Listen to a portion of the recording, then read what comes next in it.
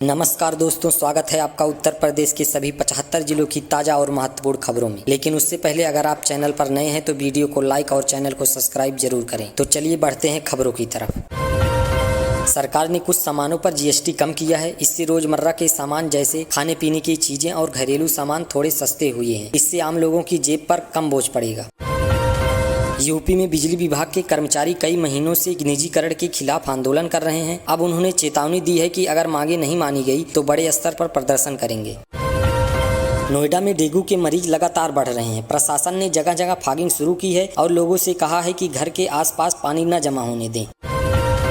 UP सरकार शिक्षक भर्ती और टेट परीक्षा को लेकर नए फैसले पर विचार कर रही है। सुप्रीम कोर्ट का आर्डर आने के बाद कई शिक्षकों का भविष्य अधर में लटका है।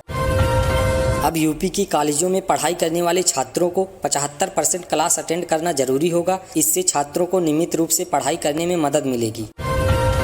सरकार अब हर जिले में प्रधानमंत्री आवास योजना के लाभार्थियों की सूची को दोबारा जांच कर रही है, ताकि फर्जी नाम हटाए जा सकें और असली लोगों को ही घर मिल सके।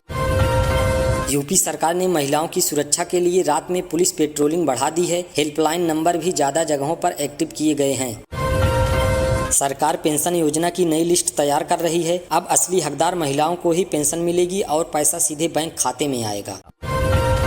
एलपीजी सिलेंडर की सप्लाई और कीमतों को लेकर सरकार बैठक कर रही है। कोशिश है कि हर घर में समय पर सिलेंडर पहुंचे और सब्सिडी सही समय पर मिले। ग्रामीण इलाकों में एलआईसी ने केवाईसी अपडेट कैंप लगाए हैं। इसका फायदा यह होगा कि लोगों को क्लेम और पैसा समय पर मिलेगा।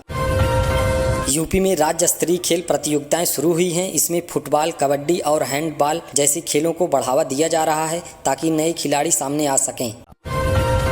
बेरोजगारी कम करने के लिए सरकार ने कई जिलों में नौकरी मेले लगाने का ऐलान किया है। यहां युवाओं को कंपनियों से सीधे नौकरी के मौके मिलेंगे। सोने की कीमतों में उतार चढ़ाव से यूपी के ज्वेलरी बाजार में हलचल है। त्योहारों में कीमतें थोड़ी कम हो तो लोग ज़्यादा खरीद सकते हैं। छोटे व्यापारियों ने सरकार से जीएसटी नियमों को और आसान बनाने की मांग की है, ताकि उन्हें टैक्स जमा करने में दिक्कत न हो। मौसम विभाग ने कई जिलों में भारी बारिश का अलर्ट जारी किया है। प्रशासन ने लोगों से सावधान रहने और ड्रेनेज साफ रखने को कहा है। सरकार ने पैन आधार लिंक करने के लिए गांव-गांव में कैंप शुरू किए हैं। इससे लोगों को सरकारी योजनाओं और सब्सिडी का पैसा समय पर मिलेगा।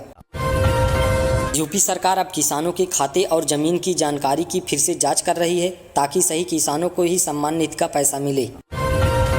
महिलाओं और छोटे कारोबारियों के लिए बैंक आसान लोन देने की योजना चला रही है। इससे लोग अपना छोटा व्यवसाय शुरू कर पाएंगे। सरकार अब गांव के स्वास्थ्य केंद्रों को आधुनिक बनाने में पैसा लगा रही है। वहां नई मशीनें और दवाएं भी उपलब्ध कराई जाएंगी।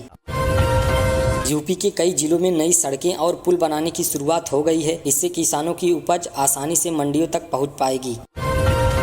यूपी सरकार अब एक पोर्टल शुरू करने जा रही है, जहां लोग घर बैठे अपने डॉक्यूमेंट और सर्टिफिकेट ऑनलाइन ले सकेंगे। केंद्र सरकार के टैक्स सुधारों का असर यूपी पर भी पड़ेगा। छोटे व्यापारियों और किसानों को नए नियमों से राहत मिलने की उम्मीद है। एक्सप्रेसवे और हाईवे पर तेज गाड़ी चलाने वालों पर पुलिस सख्ती कर रही है। इसके लिए जागरूकता अभियान भी शुरू किया गया है। यूपी में अब खेतों पर नज़र रखने के लिए ड्रोन का इस्तेमाल शुरू हुआ है। इससे किसान आसानी से पता लगा सकेंगे कि उनकी फसल में कीड़े हैं या नहीं।